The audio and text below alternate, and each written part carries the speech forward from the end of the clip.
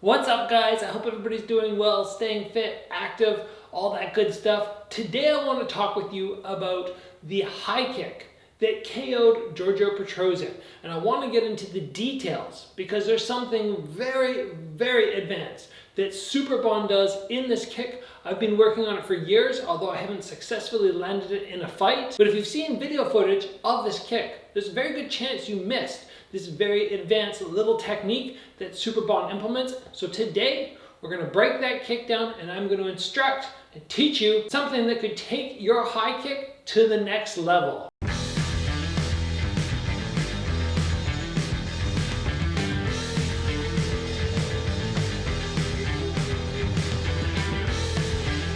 Chances are you did not miss Superbon KOing Giorgio Petrosyan. It was big news across the whole fight world, not just for kickboxing, but MMA sites were reporting on it, boxing sites were reporting on it. It's pretty spectacular that kickboxing actually made it into fight news around the world. Now, many things that Superbon did in this fight were spectacular. I already went through most of them, and I talked about the high kick, but not in detail, not in super detail. And that's what we want to do today. Because when most people execute a high kick, what happens is the foot that's on the ground, it stays there, it pivots, and then from there I rechamber and I come out. And that's the extent of what this leg does. Really, that's all it has to do. It just has to pivot around and open up the ability for the hips and the shoulders to turn. If I don't pivot and I just try and lift my head kick up, I'm very limited in that range through my torso and lower body. So none of that is spectacular. But what was spectacular was the pivot actually has a jump in it. A little jump shift back. And if we look very closely, we'll notice he just moves back about 2 or 3 inches. And the reason this is so advanced is number one, you have to be able to do a jump pivot.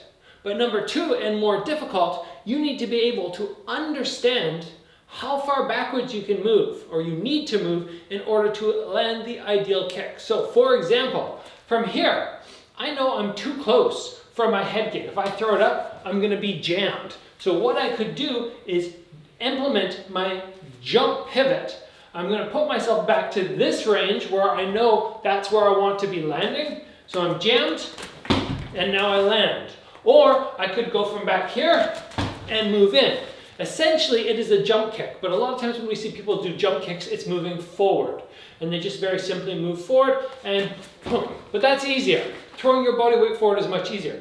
Backing it up, much more difficult. And in my opinion, much more effective. Because from back here, people are expecting you to move forward. It's very easy for them to see you coming. There's extra time. But from in here, they're worried about the hands or something else, maybe a body round kick. They're not worried about that jump back head round kick, which Superbon executed so nicely. So if this is something you guys are wanting to improve upon, you're wanting to get better at this, what you can very simply do, you don't even need a bag.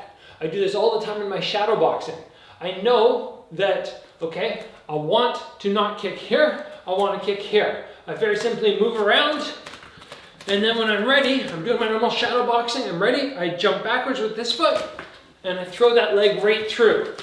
Here, so right through, moving around, and I can just breeze that kick right where I want it. If you have not started implementing this into your game and you're intermediate skill level, somewhere in there, intermediate advanced, definitely start adding this. If you're a beginner, it's not necessary for you to work this quite yet. It'll come, there's no rush.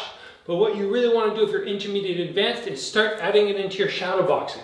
I'm striking, I go, okay, he's a little jammed for a high kick, right in that punch range, maybe that tight punch range. So I lift my leg up. As I start lifting this back leg up, this one pivots, it moves back, I land, and ideally, I want to be connected back with the floor by the time my kick hits. If I'm still elevated, I'm gonna lack power. So overall, guys, this is a very simple explanation of a very advanced technique. That way to get better at it, start adding it in. Start throwing it into your training routine. Doesn't need to be on pads, but you can start off on shadow boxing, bag work, and just start throwing it. Jam yourself in on that bag or whatever you're hitting, and then move backwards as you land that kick. Once you can do that, you're going to become a whole new level of dangerous with your high kick game. It's going to be scary. Execute it, train it. It's going to be awesome, guys. If you enjoyed the video, please give it a like. If you haven't already, join the channel and get subscribed. As always, guys, train hard. I'll see you back here soon for another video.